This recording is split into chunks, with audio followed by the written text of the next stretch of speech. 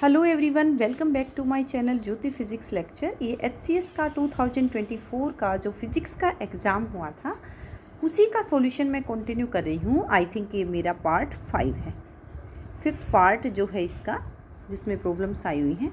Question आया हुआ था 5th का सी, जो कि आपका कंपल्सरी क्वेश्चन था। Calculate the binding energy of zinc isotope. Zinc isotope given है, सिंबल से जिंक डिनोट कर रहा है।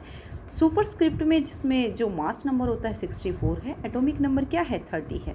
तो यहाँ से आप सबसे पहले टोटल नंबर ऑफ प्रोटॉन्स निकालिए 30, नंबर ऑफ न्यूट्रॉन्स क्या रह गए 64 माइनस 30, दीज आर 34। यही है। Using semi empirical mass formula find its actual binding energy. We need to calculate its binding energy and estimate the percentage error. Binding energy में कितना error है वो निकालना है। गिवन है आपको कांस्टेंट वॉल्यूम टर्म होती है। बाइंडिंग एनर्जी का मैंने लेक्चर डाला हुआ है सेमी इंपेरिकल मास फॉर्मूला का, BSc honours atomic and nuclear physics में आपको मिल जाएगा प्लेलिस्ट में। तो वहाँ से आप देख सकते हैं। ये वॉल्यूम की वजह से है, ये सरफेस एनर्जी की वजह से है, ये कूलम्ब की वजह से है, ये एसिमेट्री की वजह से है और ये पेयरिंग की वजह से है। तो मास ऑफ न्यूट्रॉन, सबसे पहले तो मुझे नहीं पता एक्चुअली आपको क्वेश्चन कब चैलेंज करना होता है। क्वेश्चन पेपर था आपके पास, तो इस क्वेश्चन में काफ़ी सारे मिस्टेक्स थी। अगर आपके पास ये ऑप्शन था तो आप इस क्वेश्चन को चैलेंज कर सकते थे। यहाँ मास आपका ठीक है, न्यूट्रॉन ये तो एटॉमिक मास यूनिट में गिवन है। नेक्स्ट मिस्टेक क्या है, मास ऑफ प्रोटॉन है वो मेगा इलेक्ट्रॉन वोल्ट में ये वैल्यू गिवन है। नहीं, ये हमारी एटॉमिक मास यूनिट में होती है। This is in terms of atomic mass unit, we need to calculate it in terms of mega electron volt।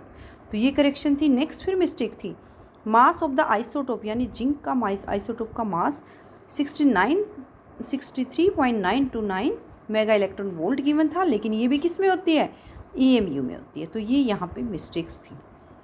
मैं इसको सोल्व करती हूँ। देखिए एटम का मास आप कैसे निकालते हो। Z जो होता है number of protons into mass of hydrogen. ये फॉर्मूला भी मैंने बिल्कुल माइनस बाइंडिंग एनर्जी, ये फॉर्मूला भी मैंने ड्राइव कराया हुआ है। Z into mass of hydrogen plus A minus Z into mass of neutron minus binding energy terms, ये निकाला हुआ है। यह वहाँ से आप देख सकते हो। Z into mass of hydrogen plus A minus Z into mass of neutron. और ये बाइंडिंग एनर्जी में मेरे पास 5 टर्म्स होती हैं। ये volume energy term, surface energy term, ये मेरे पास है coulomb interaction term, asymmetry, difference in number of proton neutron से, ये सरफेस पे जो न्यूक्लियन से उनका कंट्रीब्यूशन नहीं आ रहा था, ये वॉल्यूम की वजह से आ रहा था। तो इस तरह से मेरे पास ये पेयरिंग है, यानी प्रोटॉन्स और न्यूट्रॉन्स के बीच पेयरिंग है। इस तरह से ये टर्म्स आ रही थी। तो minus AVA plus AS A2/3 plus AC/Z into Z minus 1 divided by A1/3 minus A, ये प्लस हो गए, plus A minus 2Z whole square by A plus minus AP by A raise to power 3/4। ये formula आप वहाँ से देख सकते हो। मैं रिपीट कर रही हूँ, BSc honours atomic and nuclear physics की प्ले लिस्ट है, तो उस प्ले लिस्ट में इस फॉर्मूले को मैंने ड्राइव कराया हुआ है। सेमी इंपेरिकल मास फॉर्मूले से है। ये मेरे पास इन्फॉर्मेशन गिवन है, मैंने करेक्ट करके लिखी है। Mass of hydrogen, mass of neutron, these are in units of atomic mass unit. Mass of hydrogen ये बन जाता है, मैं इसको 931.5 से मल्टीप्लाई करूँगी तो मेरा मेगा इलेक्ट्रॉन वोल्ट में आएगा। इसी तरह से मैं मास ऑफ न्यूट्रॉन को भी 931.5 से मल्टीप्लाई करूँगी तो ये भी मेगा इलेक्ट्रॉन वोल्ट में आएगा। ये चीज़ क्योंकि मेरे पास सभी किस में गिवन है, ये 5 कॉन्स्टेंट्स मेगा इलेक्ट्रॉन वोल्ट में। Substituting these constants in equation 1, आप इनको सब्सटीट्यूट कीजिए। ये देखिए Z into mass of proton, Z मैंने निकाला था, these are 30, number of neutrons 34। तो Z मेरे पास हो गया 30 into mass of hydrogen.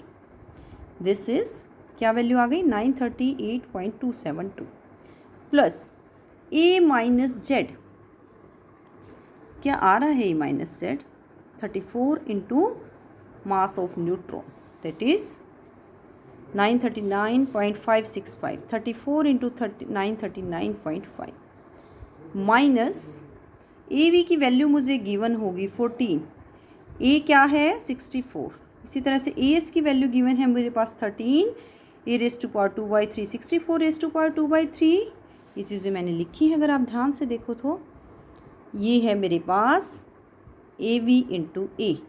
A V की वैल्यू है 14.1, ए है मास नंबर 64 प्लस ये है मेरे पास term A into A raise to power 2/3 surface energy term sorry ये 13 गिवन था ए रेज टू पावर 2/3 यानी 64 रेज टू पावर 2/3 प्लस ये टर्म मेरे पास क्या है A C into Z minus 1 raise to power, ये बड़े मैंने अच्छे से एक्सप्लेन किया हुआ ये formula semi empirical mass formula, अगर आप यूट्यूब में भी सर्च करोगे तो काफ़ी ऊपर ऑप्शन आ जाएगा।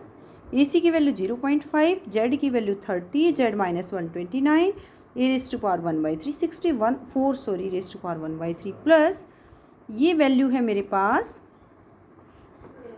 यहाँ पे बन गई A into A minus 2 Z whole square by A, तो ये मेरे पास आ रही है यहाँ से आप देख सकते हैं 19.8 ए माइनस 2 जेड यानी 64 minus 2 into 30 whole square by 64 plus minus pairing energy term A P की वैल्यू गिवन है 33.5 A raise to power 3/4 64 raise to power 3/4, तो मैं इसको सोल्व करके लिख दिया 30 into this that is this.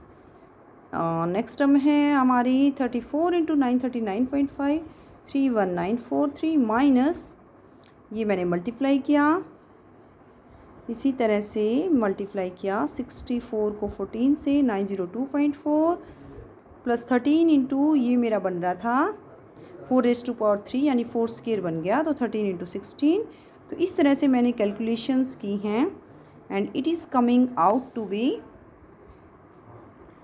59520.37 mega electron volt.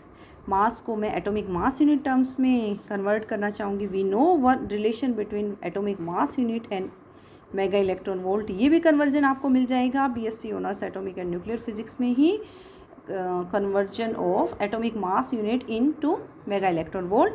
तो 1 एटॉमिक मास यूनिट है 931.5 मेगा इलेक्ट्रॉन वोल्ट, तो यहाँ से मैं 1 मेगा इलेक्ट्रॉन को एएमयू में कन्वर्ट करना चाहूँगी तो किससे फैक्टर से डिवाइड कर दे 931.5, it comes out to be 63.897 EMU, और लेकिन एक्चुअल मेरे पास क्या गिवन है 63.929 EMU।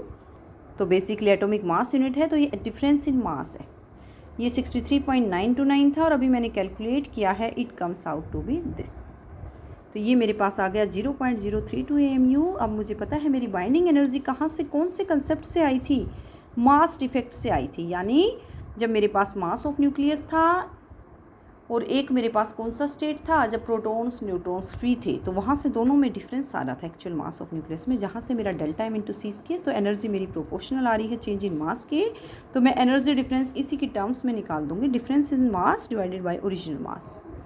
तो बेसिकली आप क्या समझ सकते हैं, इंटू सी स्क्वायर ही तो रहा होगा, ओरिजिनल मास इंटू सी स्क्वायर इंटू 100, सी स्क्वायर से सी स्क्वायर कैंसिल आउट अगर मैं एनर्जी देखूँ तो 0.032 by 63.929 into 100, it comes out to be 0.00050 into 100 and it is further equal to 0.05%।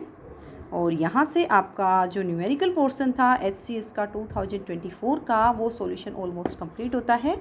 जल्द ही इसका क्वेश्चन पेपर भी मैं अपलोड कर दूँगी, मुझे भी काफ़ी एफर्ट्स के बाद ये क्वेश्चन पेपर मिला था, तो जिसके पास क्वेश्चन पेपर नहीं है वो इसका सॉल्यूशन वो क्वेश्चंस को इजीली कर सकता है। मैं जल्द ही पिछला भी और ये वाला भी अपलोड कर दूँगी। अगर आपकी फिर भी कोई क्वेरीज़ हैं तो आप कमेंट सेक्शन में डाल सकते हैं। Thank you all.